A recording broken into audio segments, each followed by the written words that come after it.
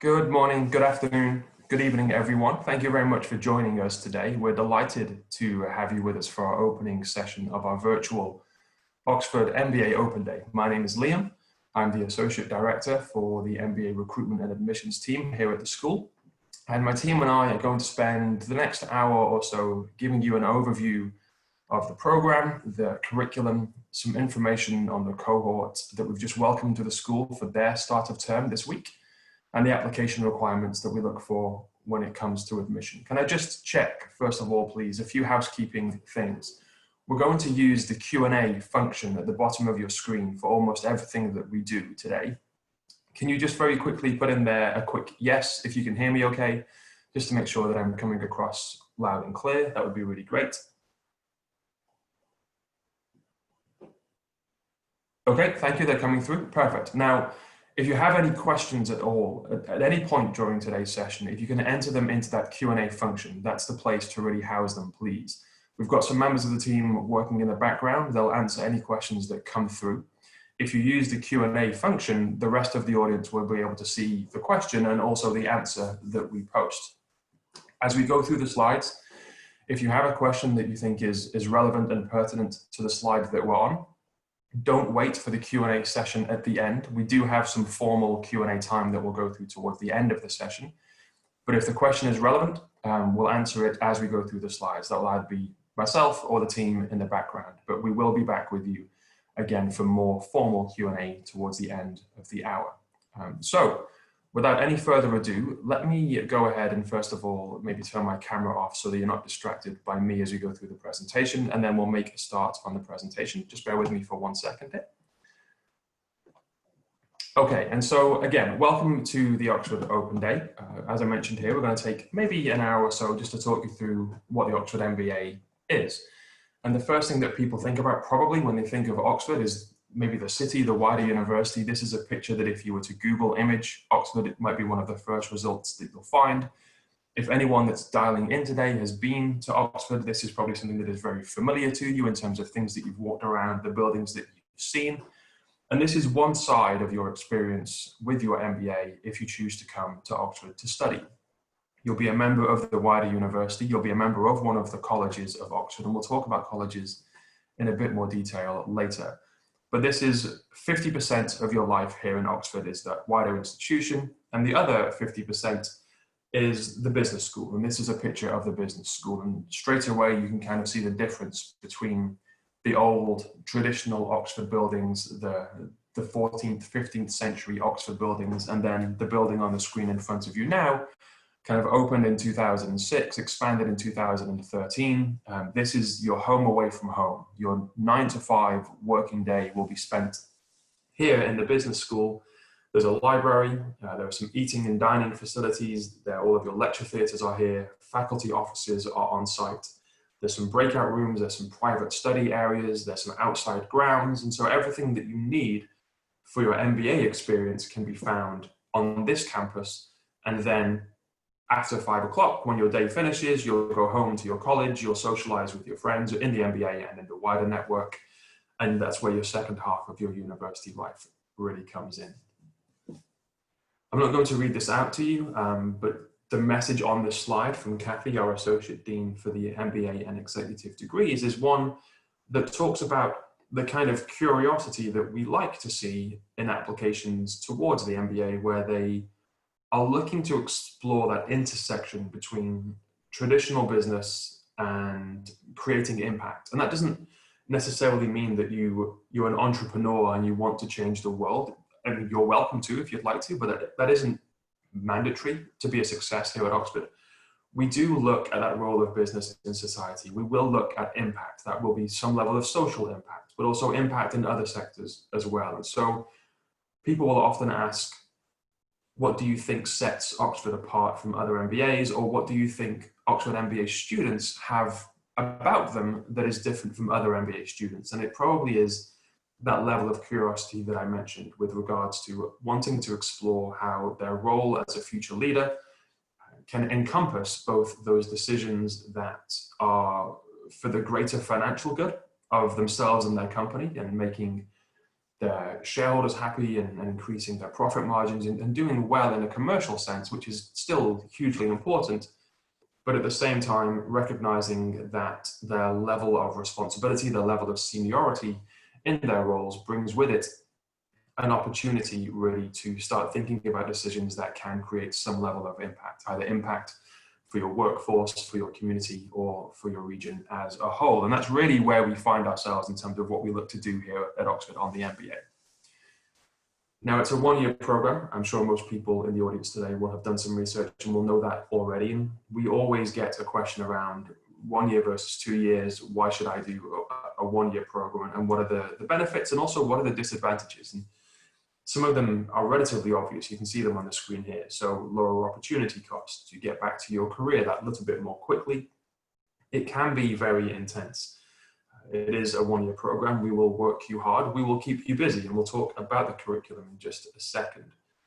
But it's a shorter payback period, and you obviously have lower tuition and living expenses as well. I think the one thing that I would probably mention here to people considering 1 year versus 2 years is really think about the transition or the pivot or the acceleration you're looking to make in your career. And if you're looking to do something relatively drastic, maybe change sector, change job function, and change geography, and you're looking to do something that you haven't had a huge amount of experience in before, a 2-year MBA might give you just that bit more time to be able to make that transition a successful one. And so for that reason, Oxford or any 1-year program may not be the best thing for you. It is something that you must consider, I think, when it comes to the outcomes, the output of your MBA. Is 1 year enough to build on the experience that you've gained so far, along with some key knowledge gaps that we can hopefully help fill, so that when you graduate, you're able to go out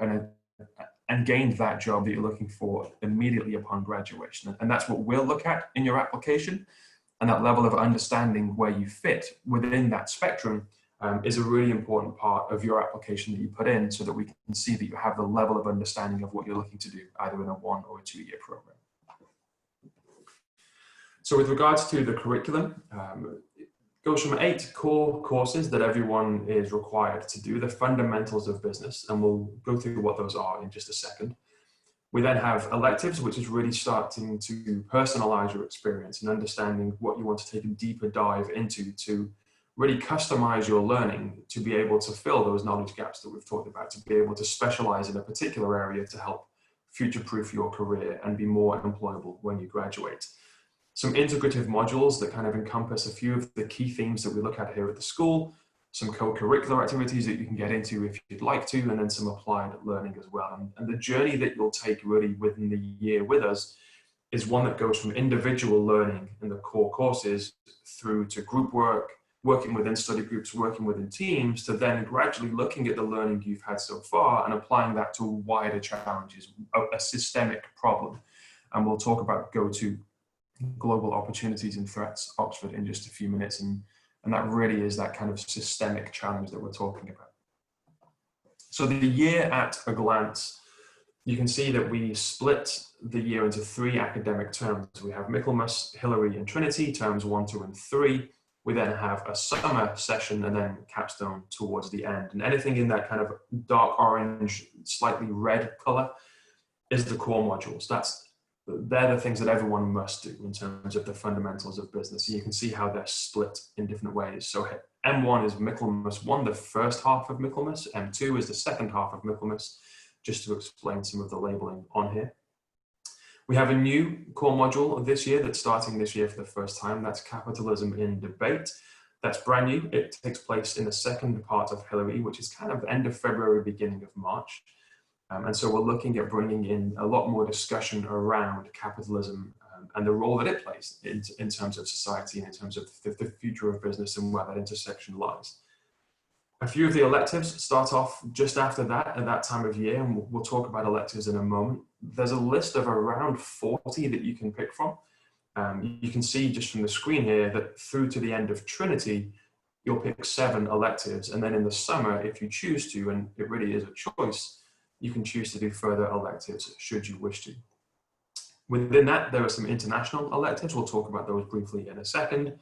And you can see here there are some integrative modules. So there's an entrepreneurship integrative module.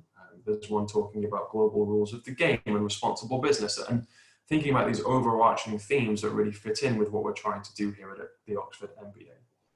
Just a quick word on Go-To, that's Global Opportunities and Threats Oxford. That takes place at the end of the second term. And this really does take the learning that you've had so far and start to think about how we can solve a world-scale challenge. And that can be an overarching question around, for example, in previous years we've had, what does the future of healthcare look like? Within that overarching question, there's one of maybe 4 different tracks that you will take. You'll choose to take the track that interests you the most. It might be coming from an infrastructure point of view. It might be coming from like a headcount, people on the ground working within those regions point of view. It might be a financial point of view. Whatever track it is that you take, you then form a team and come up with a solution to this overarching question by using the track of your choice. You then present your answers back to the year group as a whole, and there's a prize for the winning team. And that's a relatively simplified explanation of what Go-To is. If you're interested in that, if that's already piqued your interest, a lot of people talk about Go-To as one of the deciding factors around making an application to the program or not. I would certainly encourage you to look into that in a lot more detail. As we get into the summer, you'll notice that we have a choice. You can do extra electives. You can stay in Oxford and do electives if you want to. We have a strategic consulting project, or an SCP, that is designed to give people access to consulting projects in companies around the world where you act as a consultant to industry. And that could be relatively small in terms of a startup that's looking to expand. It can be a multinational that's looking to maybe increase some efficiency somewhere. So you're not working for a consulting company, you are the consultant working on a real project for a real industry somewhere around the world. If you're looking to get into consulting, the SCP can be a really good way of honing those practical skills of being a consultant within industry. You can also do an internship for credit should you want to. If you're looking to maybe pivot and do something new post-MBA, then the internship is something that obviously is very valuable for that, and that is an option for you here at Oxford as well. Just quickly, some co-curricular activities that are completely optional but might benefit you in terms of taking a deeper dive in some practical skill sets. We have finance labs, we have a consulting development program that runs all year that gives you access to some amazing resources that get you ready to be a consultant post-MBA. We have the social impact lab, and we have the creative destruction lab. And again, each one of those we could probably have its own webinar on. So if you're interested in learning more about that, I would recommend you do some research on our website and just have a read and ask any questions that you have, either through the Q&A function or for the actual questions at the end of the session here today. One final thing on this slide, the talent development program, that is run in conjunction with the Career Centre, and what they're looking to do there is think about complementing your knowledge and your technical know-how and the MBA theory and the theoretical knowledge that you'll get from faculty, and adding to that the soft skills that we think you need to succeed outside in the business world. So it might be things like we'll run sessions on public speaking, or we'll run sessions on how to manage difficult teams, or we'll run sessions on consultative sales techniques, and anything that you're really looking to build on in terms of your softer skill set to make you even more employable when you graduate. And again, that is something you can dip your toe in and out of as much or as little as you want. It's completely voluntary and completely optional in terms of there's no requirement that you do that, but people that have got involved in that in the past have talked about the effectiveness of just having a more complete skill set once they've graduated from the school. Just a quick pause here for a moment, and again, I'm not going to read these out to you, but this is just a slide that shows some of the electives that are available at the moment for students on the program. And just a quick word here, and that this is a relatively organic piece. Some of these will drop off over the course of another year, so this time next year, some of them may not be here. We'll replace those with other electives that might be more relevant, more contemporary. So it's an ongoing piece of work with the programs team. This won't be the same list next year. It wasn't the same list as last year, but we wanted to give you a bit of a snapshot into what you might expect if you were to join and actually join us this week, as some people have. Just going to leave that up for just a few more seconds so people can just take a quick look at that, and then we're going to talk about some of the international electives that are on offer at the school. And so electives away from Oxford. We have 3 opportunities to get out of Oxford and go and do some learning, both with faculty, both with industry, kind of in market, working with businesses. One of them is growth prospects and opportunities for business in Africa. Almost always takes place in South Africa, Johannesburg, maybe Cape Town, that kind of area. We have a fintech elective, present and future in London, and then we have a digital transformation of marketing, media, and advertising that takes place in New York. And if you remember a couple of slides back, when we had the year at a glance, the international electives, they normally take place kind of around Easter time, in that break between the second term, Hillary term, and Trinity term, the third term. So it's often the case that these may run at the same time. You may not be able to go to Africa and to New York. So have a think about which one you're really, really keen to take part in, and make sure that's the one that you get access to if that's what you're looking for in terms of your international experience. There are other international experiences that you can have. We'll talk about student treks maybe a little bit later, but these are formalized for credit part of the program, whereas the student treks are less formal in terms of they're not for credit, although they are very good at networking and building up contacts within a region and within an industry. So we'll talk more about those in a little while.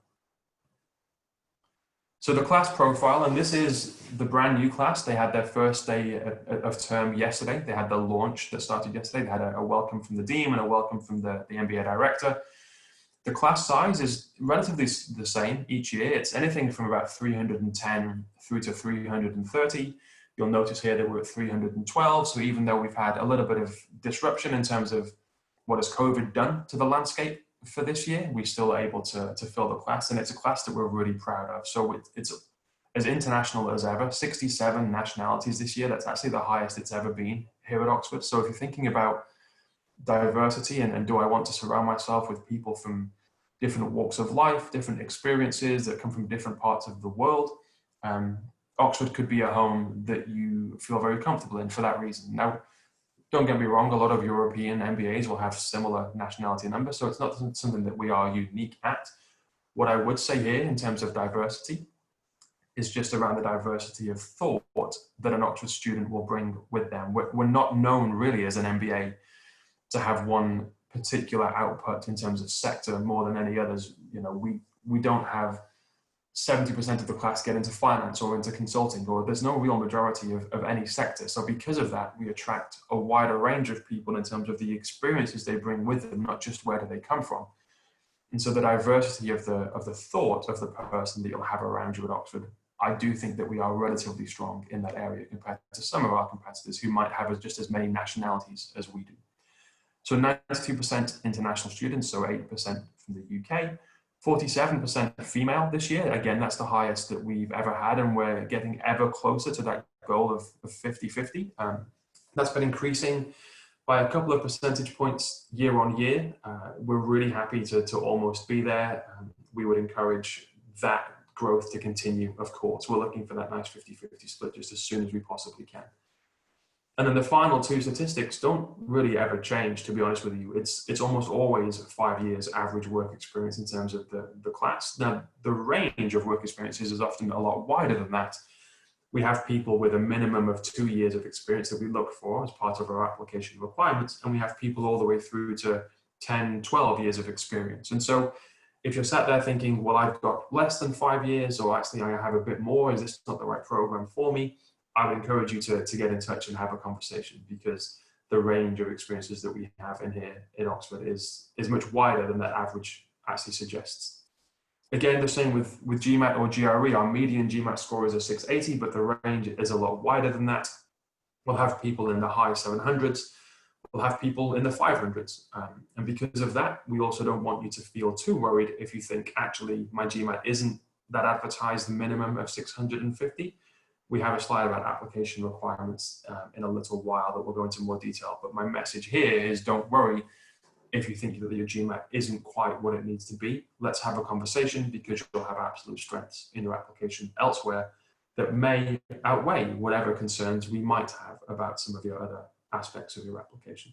So that's a quick snapshot of the class at a glance. We have some statistics around where do they come from. So you can see here, this is the diversity of thought that I was talking about. So it's still an MBA, of course, it's still attractive to those traditional MBA outputs. So people from consulting and finance together do make up, you know, close to, what is that, half of the class, thereabouts. But you'll see here, agribusiness, there's enough there from agribusiness to have its own portion of this pie chart. Media, entertainment, government, healthcare, education, law, they're all in there as well. And so there are lots of individual people in this class that bring a really unique perspective to an MBA. And it's not just going to be, and no disrespect to these amazing institutions, but it's not going to be just an LBS. It's a great school, but I would imagine you're surrounded by a lot of finance people. And INSEAD, incredible school, but you're surrounded by mostly consultants or people looking to get into consulting. And here you'll still have those men and women, and they're very welcome to come. We can still do amazing things for them in the Oxford MBA, but you'll also have lots of other people from different walks of life as well. And in terms of just regional diversity, you can see here at a glance, this is really where the class comes from. Now, there are numbers on here that we want to work at. We need more Latin Americans. We'd like to have more Middle Easterns. We'd like to have more people from Oceania as well. We're not looking to grow the class in terms of its size anytime soon. So that means that some of the other regions that might be overrepresented in terms of the numbers on the screen, they might drop a little bit. We don't really have a quota that we must hit from each area. This is just naturally where the numbers tend to fall each year. The only thing that we do have is that our Dean, Peter Tofano, has an expectation that is non-negotiable, that we have at least 10% of the class come from Africa, candidates from Africa. And you can see here that we have 12% this year. And that's because the role that Africa currently plays and the role that it certainly will play in the future in terms of global business, and the Dean recognizes that. And so we try and make it a point that we get at least 10% of our class from the continent each year. Just a word on careers. Obviously, the career outcome is a huge part of the reason for the MBA. It's one of the things that you'll measure success by, as I would imagine, as an individual. It's one of the things that we measure success by. And if you look at rankings, it's one of the things that the rankings measure success by. So it's a huge part of the conversation. Just a few things on this slide. You can see here that 91% of the Oxford MBA graduates received a job offer within 3 months of graduating. The middle column talks about the regions that they went to work in. Interestingly, you can see that Europe is almost half of the class. And so if you're thinking of making a transition into Europe or staying within that sector, that region, if you're already there, then Oxford, again, is well placed to be able to give you that opportunity to do that.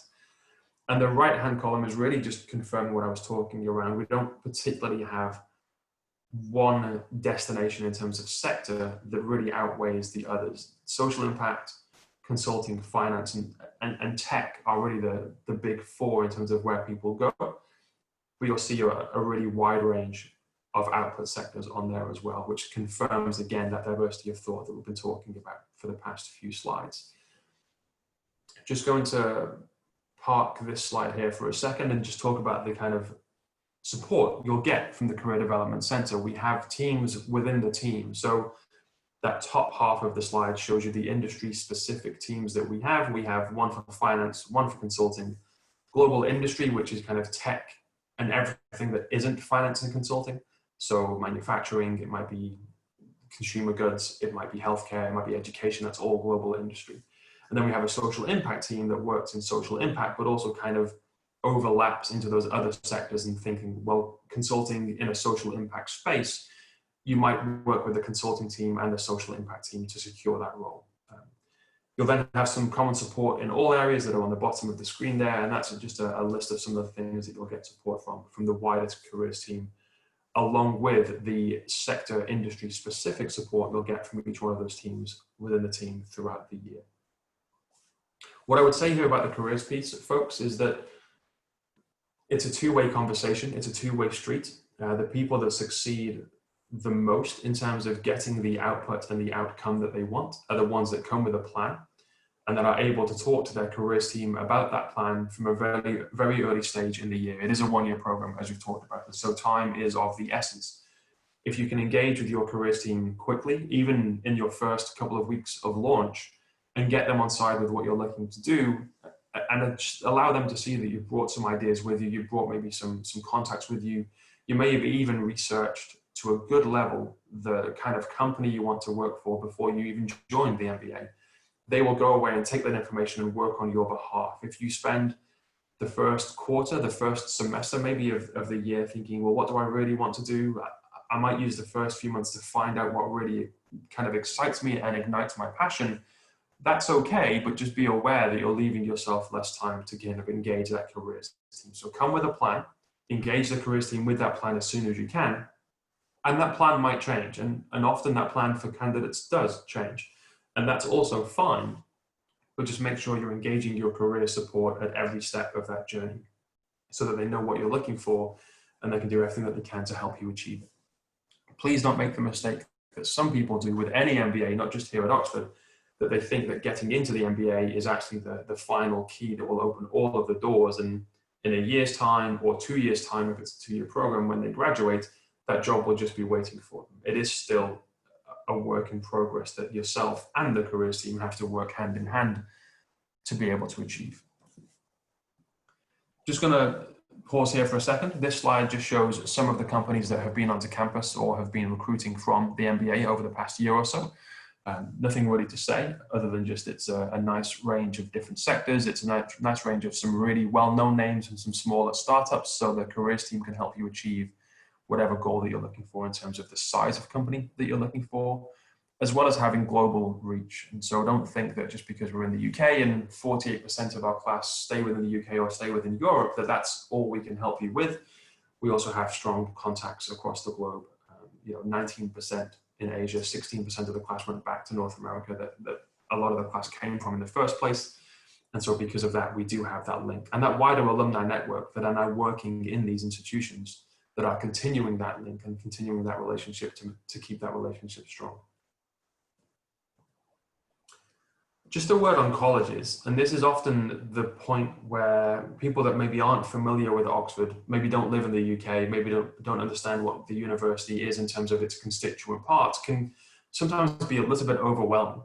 So the University of Oxford isn't really just one institution, it's a collection of individual colleges that are autonomous. They are led by their own dean often at the colleges, they're led by their own kind of board of directors.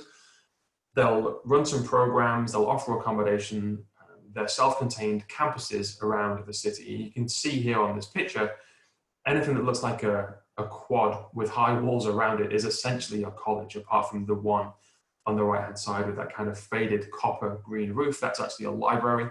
But other than that, it's mostly colleges in this picture. So as a member of the MBA, you'll also be a member of one of the colleges, and you can pick which college you would like to, within reason. The MBA group, the 312 this year, is probably split around 30 of the 40 colleges that Oxford has to offer. What does that actually mean? Well, it means that when you finish your lessons in the business school, that second picture that I showed you, that modern building, you'll probably go home to a college. It may offer you accommodation. You may be living inside these 4 walls where accommodation is. You may be living in graduate accommodation that's owned by the college, but elsewhere in the city, or you may choose to rent privately. That's also an option if you wanted to. But you'll be a member of the college, and what that essentially brings with it is access to all of the facilities. So there'll be dining halls, the college will have their own library, the college will have their own sports grounds, they'll have their own societies and clubs that you can join. As well as that, the college will allow you to mix with wider university students. So in your college, you may have 15, 20 MBAs because that group is spread around 30 of the colleges. They're not all in the same college. So you'll have some MBAs from your class in your college with you. You may also have hundreds of wider university students in your college eating dinner in those kind of long dining halls that you see. And it's a crude example, but we always talk about Hogwarts because the Christchurch dining hall was the inspiration behind Hogwarts. So those long, narrow dining hall tables where people sit on benches side by side. That is essentially what an Oxford College dining hall looks like.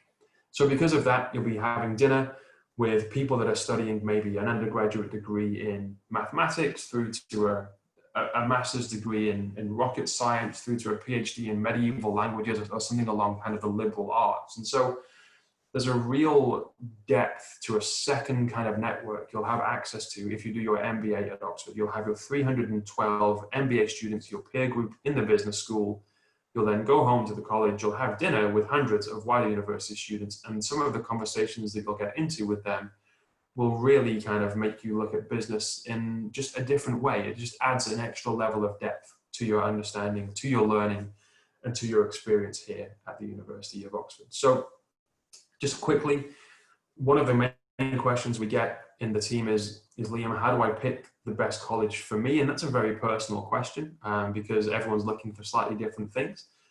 But what I would recommend that you do is, once you get your interview, if you apply, and once you get your offer, if you're successful, it's when you pay your deposit and secure your place that you let us know which college you are aiming for. So there's plenty of time to do some research there. And the university does have some good web pages, and each college will have its own website where we'll talk about the size, how many students, is it graduate and undergraduate, is it graduate only? So yeah, that might sway your decision. You can find out how close it is to the business school. Oxford's a relatively small city, but some colleges are on the doorstep of Saïd, and some colleges are about a 30-minute walk. And so you might think, well, I'd like to be a little bit closer so that my commute each day isn't so big. Some colleges may have famous alumni, and he or she is a real inspiration to you, and you want to walk down the same corridors that he or she did. And so that might influence your decision as well. So whatever your decisions are, whatever your reasons are, they're all perfectly valid, but they're all quite different. So have a think about what you're looking for from your college in terms of experience. Does one of them have a sports team that's renowned to be slightly better than other college sports teams? And do you play that sport? Would you want to join that team? Is there a society or club that's housed mostly in one college? It's open access. The societies go across all colleges, but they might be headquartered in one particular college. You think, I want to really take part in that society. So being in a college where it's formed, rather than just being in a college that has access to it, might swing your decision as well. So have a think about your experience that you want. Talk to the team. We're very good at kind of matching you with colleges as best as we can.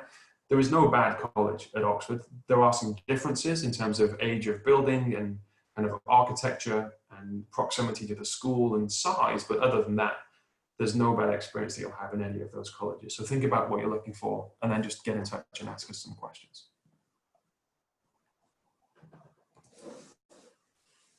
This is the wider university student network that we talked about. So you think about your network of your MBA class and the second university network and the benefits that that will bring.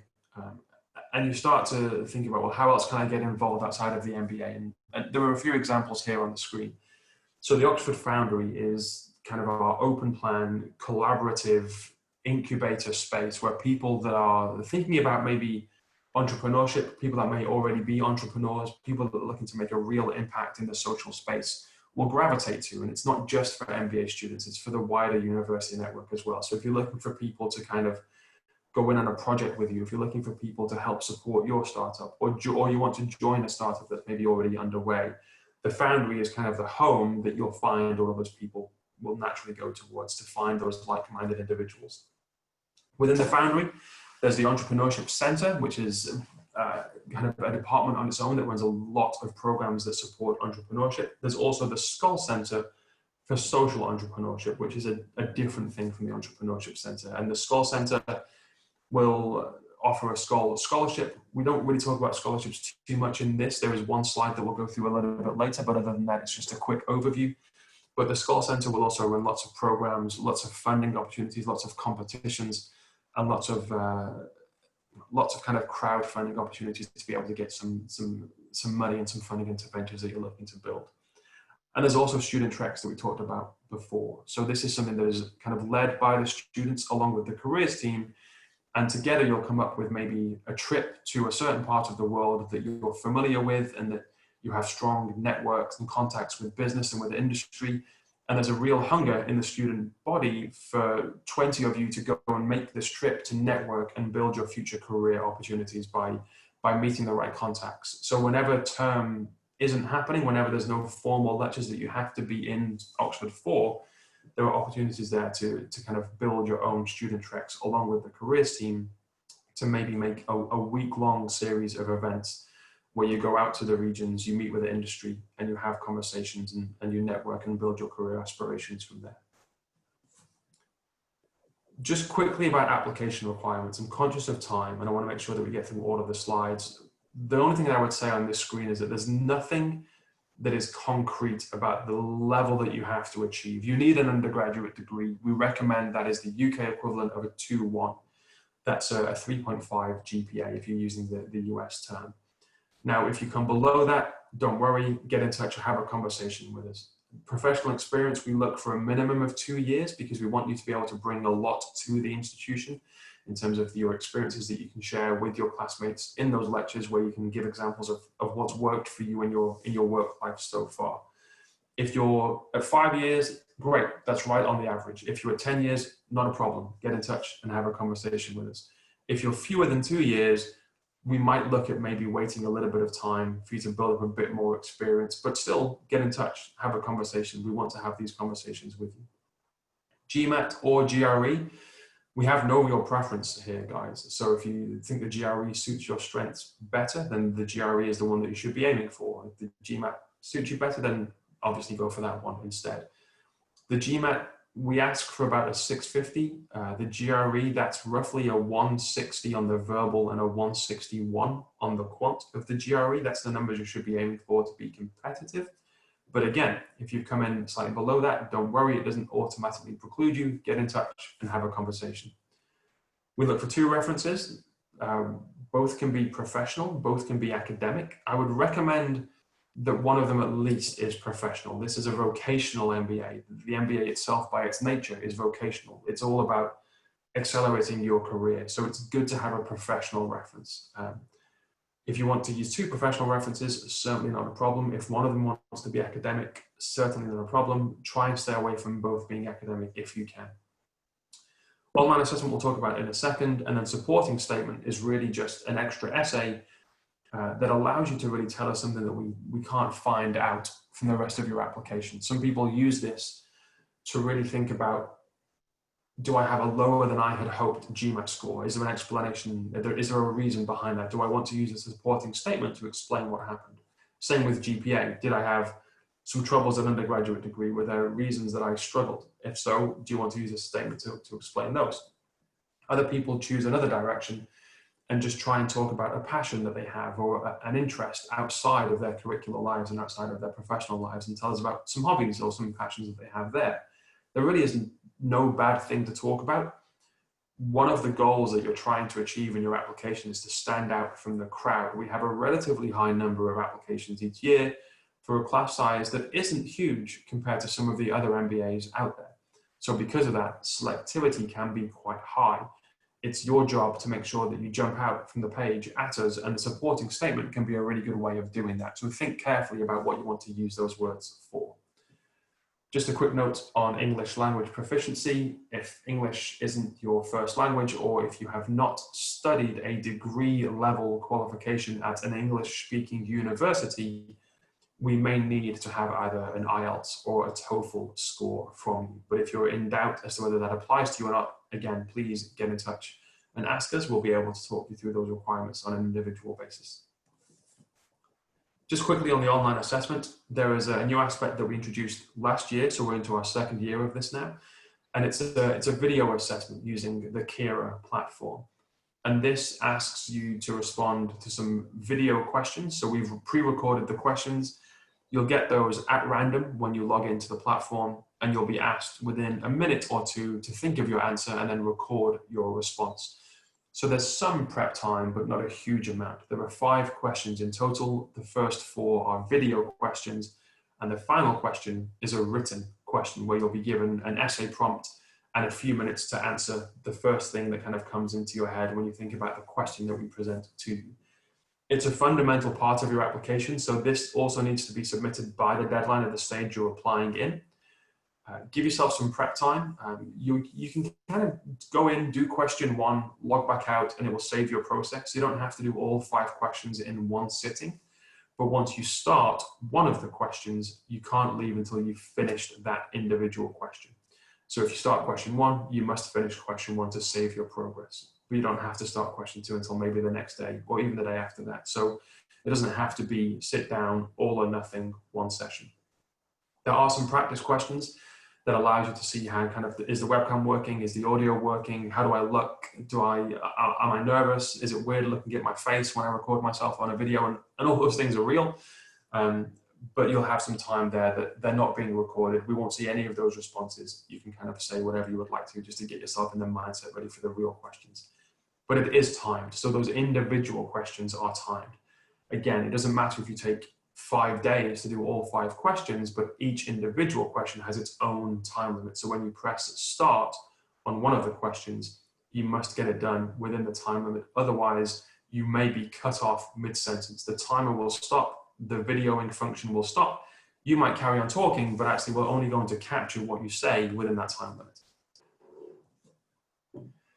Quick word on stages. Stage 1 has passed. We have 4 each year, and stage 1 was just a couple of weeks ago now. The next stage is the end of October. Stage 3 is January, and stage 4 you can see is April. One question we get here, and I'm sure people may be sending them through to the team at the moment, is does it matter which stage I apply in terms of chances of being admitted? And roughly speaking, the first 3 stages all have the same chance of admission for an individual candidate. We'll see different numbers of applications. Stage 1 is relatively quiet, stage 2 gets a bit busier, stage 3 is our busiest, but we just offer a higher number of interviews in each stage to compensate for the higher number of applications. So the ratio of people being interviewed and therefore the ratio of people being offered is the same roughly for the first 3 stages. Stage 4 gets a bit more competitive because we're beginning to run out of space in the class. And so because of that, if stage 4 is busy in terms of volume, the number of people that get interviewed might be slightly lower in terms of a proportion of the whole audience, and the number of people that get offered might be lower as well. There's also an important note here that stage 3 also coincides with some deadlines for scholarships. So if you're thinking about a particular scholarship, often your MBA application has to be with us no later than the January deadline to qualify for the scholarship as well. So something else to think about there. If you have any questions about your individual thoughts, your own individual timeline, then please do get in touch. My overarching piece of advice here would be, don't rush to meet a deadline because you think it's going to give you a better chance of admission to the detriment of the quality of your application. This is an MBA application. This is an Oxford MBA application. And because of that, it's a relatively tough school to get into. We need to see you put your best foot forward. If that means that you miss stage 2 because you want to take a bit more time with the essay, you want to take a bit more time just refining some of your answers in your application, and you go for stage 3, even though you know it's going to be versus more people because it's our busiest window, that actually probably is still the right decision to make, because you don't want to put in an application that isn't really the best representation of yourself. So whatever timeline works for you in terms of allowing you to put in your highest quality submission is the one that you should be aiming for, regardless of any other external factors. Just a quick note on scholarships. I'm not going to go through any of these in detail because we'll have a scholarship webinar coming up relatively soon where we'll go into in a lot more detail for these. But this is just a brief outlook at some of the scholarships we have, and this isn't all of them by any stretch. Roughly speaking, I would say 1 in 3 candidates that get offered a place in the course get some form of scholarship or funding assistance from us. And that will range from a full scholarship that even may cover some living expenses, all the way down to £10,000 or £15,000 to offset some of your tuition costs. I would recommend that you do some research on scholarships. Some of them have their own requirements. There could be an essay you have to write for the scholarship. There may be an interview for the scholarship itself alongside the interview for the place on the course. And some of them will have their own deadlines. So take some time to think about your profile. How well do you think you fit what the profile for some of these scholarships looks for? And if you think there's a good match there and you want to go for it, then just understand what that scholarship is looking for in terms of submission of some extra materials. There may be an essay that you have to write at the same time that you submit your MBA application in order to put yourself forward for the right scholarship. So as I mentioned, there'll be a scholarship session in the next few weeks. Please do dial into that. Any questions you have, then send them through, but we'll go into a lot more detail in that upcoming webinar. The 1+1 is an option that a lot of people are interested in, and what essentially this is, it's a 2-year program filled with 2 1-year degrees. In your first year, you'll do a master's degree in a subject of your choosing from one of our official partner programs around the university.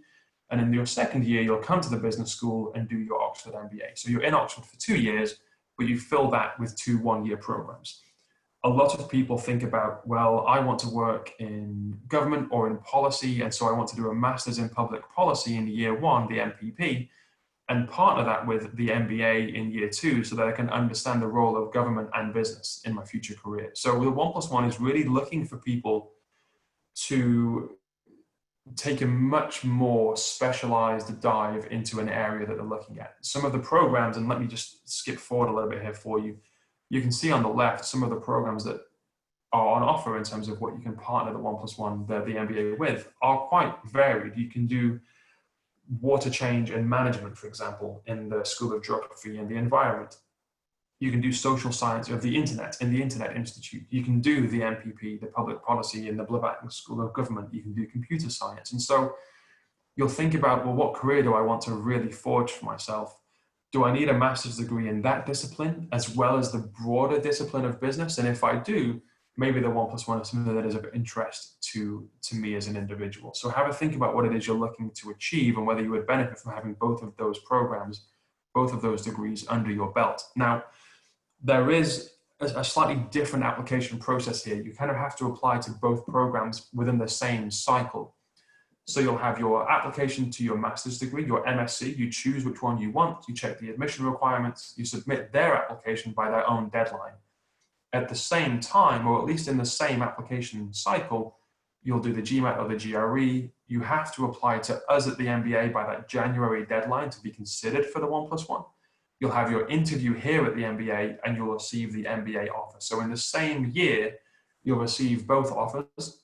And if you're successful in both, you'll start the MSc first, and then we'll hold your MBA knowing that you're going to join us in the following year. So even though you don't join us until the second year, you still apply the same time you apply for the MSc. That can be a relatively confusing prospect in terms of having those two side by side. So if you have any interest in the 1+1 and want to ask some questions, then please do get in touch with the team and we'll take you through that on a much more personal level.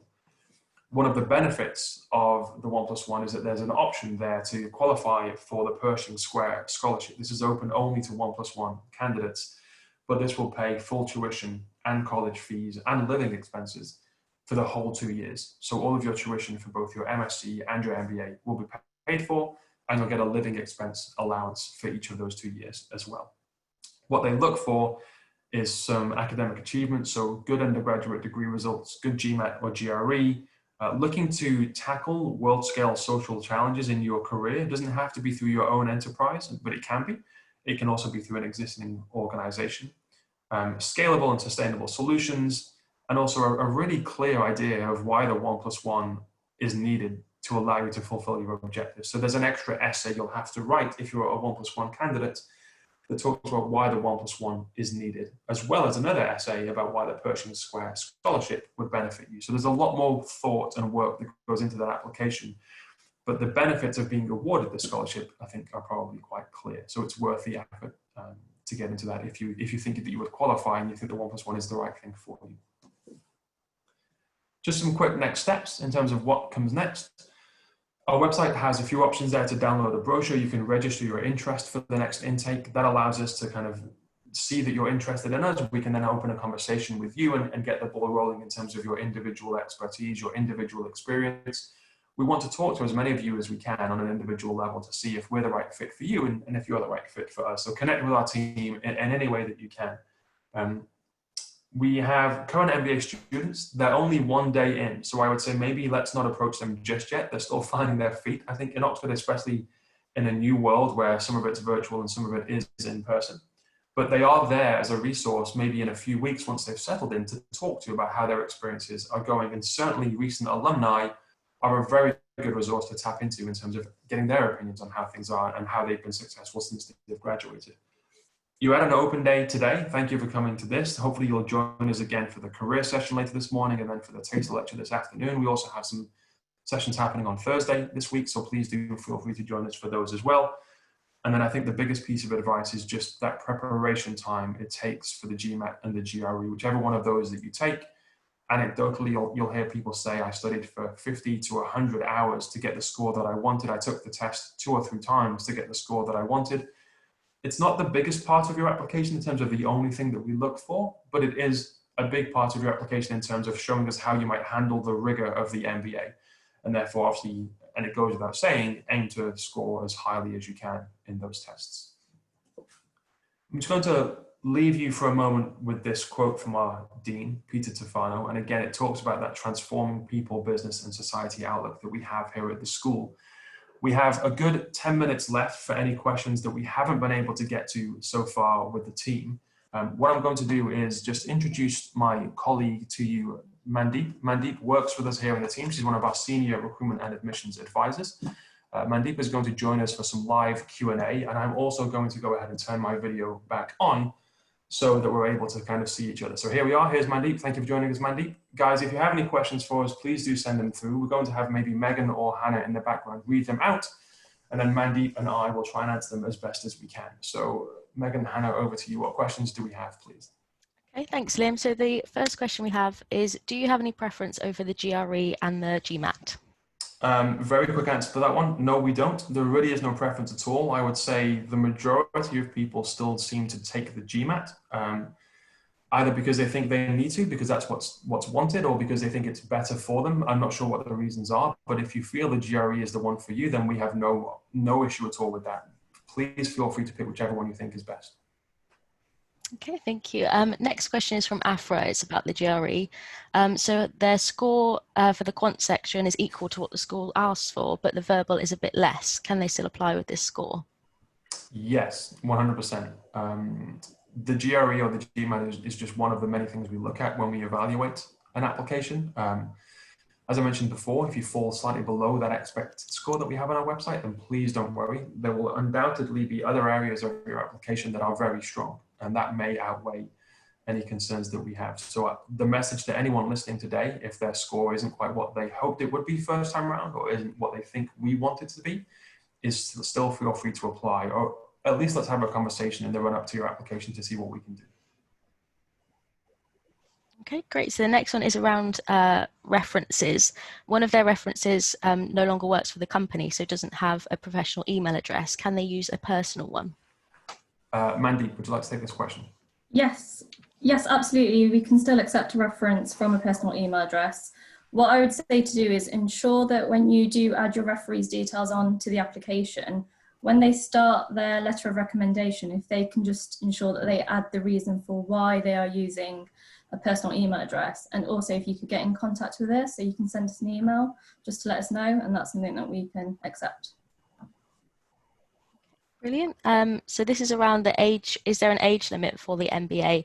I'm slightly higher than the average. Can I still apply? So there's no fixed age limit whatsoever. What we will do in our conversations with you is understand your motivations behind the 1-year full-time MBA. And maybe looking at your profile, ask you the question about who you want to surround yourself with. So if you think about the average work experience being 5 years, but the range being anything from 2 to 12 in some cases, if you're at the upper end of that range, or maybe even a little bit higher than that range, then we'll ask you what you think you might gain from working with people alongside you in your classroom that don't have your experience, that don't have the ability to maybe share things that you can learn from. So it's really about your own needs for your MBA. If you think that for your point in your life, for your commitments that you have, for the time that you're able to commit to an MBA, that the 1-year program makes sense, there's no age limit at all. You're free to apply. If you think that actually I'd like to surround myself with slightly more experienced people that I can learn from, even more experienced than I am, then we might have a conversation about the executive MBA. But it's a conversation, and it's really just your final decision about which one you think is the right fit for you. So there's no limit on how old you can be to apply to the MBA at all. No. Okay, thank you. Next question is, how specific do we need to be for the post-MBA question? Do we need to mention the specific company name and specific role? This is a really good question. Mandeep, do you want to start this one, and I'll fill in if I have any other thoughts?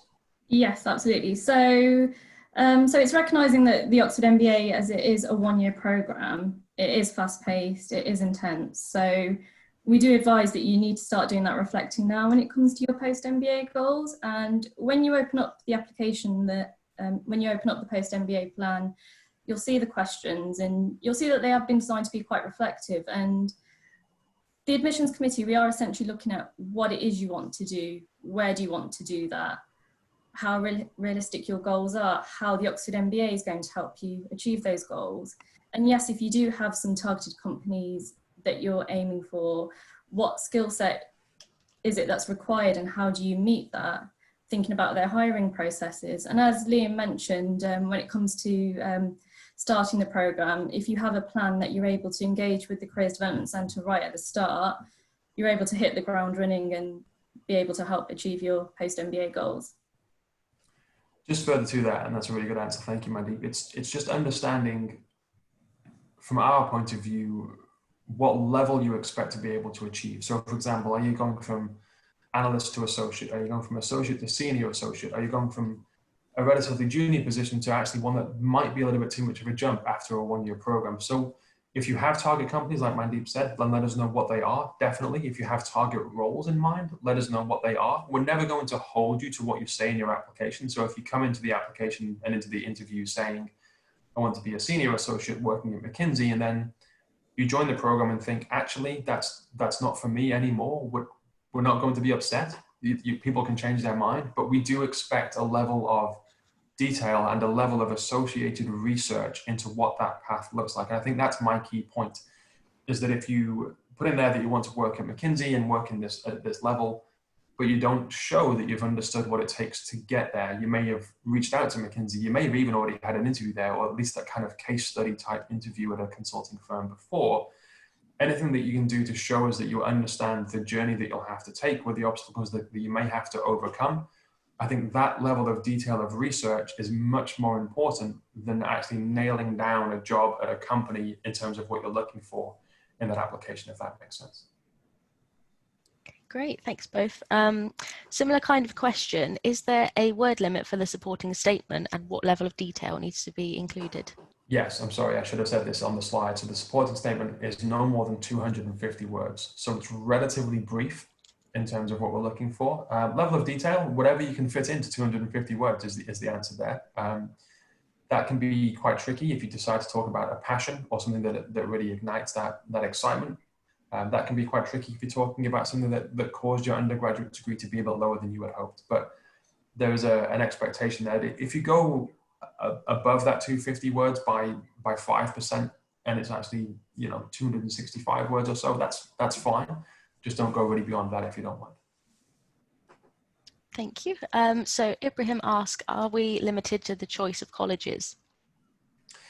Limited only in the fact that some colleges don't take graduate students. There are some undergrad only colleges, and that's why the MBAs are split around 30 of the 40. The other 10 generally don't take MBAs or graduate students at all. You only really get one pick, Ibrahim, in terms of which one you would like to go for. So what will happen there is that if you tell us which college you would like, we'll put your case forward on your behalf. There's nothing you really have to do. If that college is full or the MBA places have already been given to other MBA students, maybe in an earlier stage of application, then we'll match you with another college, but there's very little influence you have on that second pick. Great, thank you. So the next question is, I submitted a TOEFL exam result from 2014. Will that be considered or will I have to take it again? Good question, Mandeep. So yes, you will have to retake that test. So the language tests are valid for 2 years. So if you do need to take a language test, then ensure that it is valid. But also, as Liam mentioned in the application as well, if you have studied your bachelor's degree in English, then you may be able to apply for a language waiver. So if that is the case, then I'd say get in touch and we can certainly advise you on that. And just further to that, so to confirm, Mandeep, there, it's 2 years for your English tests in terms of how they're still kind of alive and viable. For GMAT and GRE, it's anything within the last 5 years. So if you've taken your GRE within the last 5 years, you don't have to take that again, but English in the last 2 years, please. Great, thank you both. The next question is, can the undergraduate degree be in any discipline or does Saïd have any preference, specific or otherwise? Yeah, it's another good question. It can be anything you want to, really. Ideally, but certainly not essential. It's linked to what you've been doing in your career so far or what you want to do in your career in the future, but it certainly doesn't have to be any kind of business discipline at all. It can be anything that's as wide-ranging as kind of liberal arts through to the hard sciences, through to something a little bit left field. It really doesn't matter at all. We're looking more about you as a person and your experiences that you've had post undergrad. I mean, that's the reason that we have that minimum of 2 years of work experience, because you're a very different person probably now than when you were when you graduated. So while it's important that the result of your degree is included, the field of study really doesn't make that much difference whatsoever. Okay, lovely. So next question, can I work part-time alongside my MBA? This is a question that we get relatively often. The recommendation is that you don't. It's a 1-year program. It's intense. Not only is it intense, there's also so many things that you can get involved in the wider university network with your college, with that second network of people that you'll meet there, is that it would be a real shame to detract from that experience by having to commit hours elsewhere.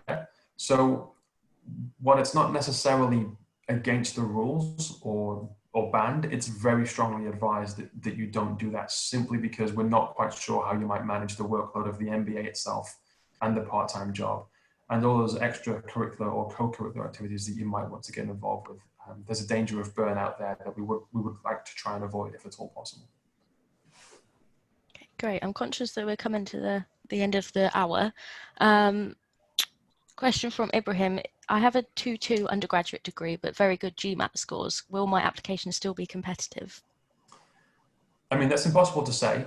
Will it be competitive, Ibrahim? Because you don't know who you're applying alongside. It all depends on that deadline of application that you choose to submit in and who else has applied in that deadline. That's really, we judge you against your peers in that time. Having said that, I'm not sure what very good GMAT score is, but I assume that you're happy with it, which is great. But you also have to compare that to other people coming in as well. So a very good GMAT score and a slightly lower undergrad degree, do they weigh each other out and balance each other out?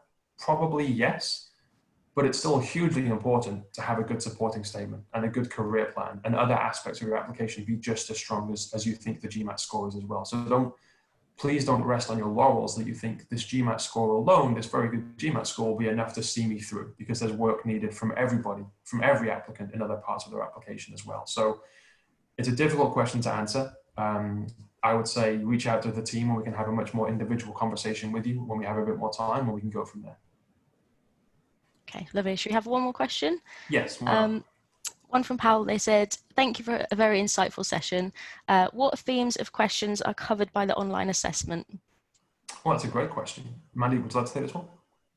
Yes, good question. So the first 2 questions are motivational. So asking you about your motivations for the MBA and why the Oxford MBA. So shouldn't be too surprising, those questions. And then the other 2 are randomly selected and they are competency based. So it gives you the opportunity to bring in some real life examples that you have. So I'd say that they are very typical work-based scenario questions that may be along the lines of leadership or teamwork. And then the written question is that could be a very randomly selected question.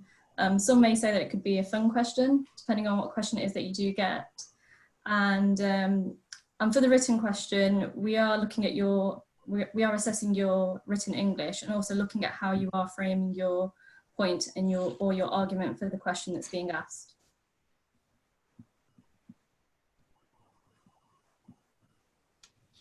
Okay, great. Thank you, Mandy. So I think we've come to the end of the session. I'm sorry we didn't get through to everyone's questions today, but we do have a 1-hour Q&A session as part of the Open Day on Thursday at 2 o'clock. So I hope you can join us then. Also, please do give us an email. Our email address is on the screen now. It's the oxfordmba@sbs.ox.ac.uk, and we will get back to you as soon as possible. So yeah, I think we'll come to the end of the session now. Thank you so much for joining, everyone. Thank you, Mandeep and Liam. Great session. So thank you, everybody. Everyone. We'll see you hopefully at one of the other sessions later this week. Yes, thank you, everyone. Goodbye. Bye.